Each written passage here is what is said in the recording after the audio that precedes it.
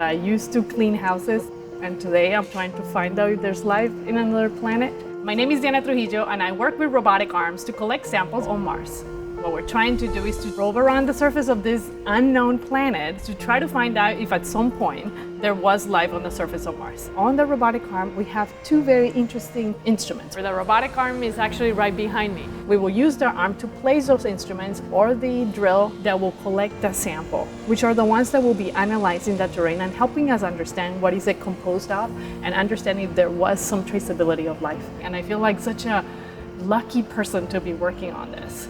We're standing on the Mars yard. The intent here is to demonstrate that we have enough grip to continue to move the rover up and down in any hill on the surface of Mars. I was born and raised in Colombia. There was a lot of violence going on in my country. So for me, looking up at the sky and looking at the stars was my safe place. I came to the US when I was 17. I learned English, paid myself through college, and eventually applied to be working here.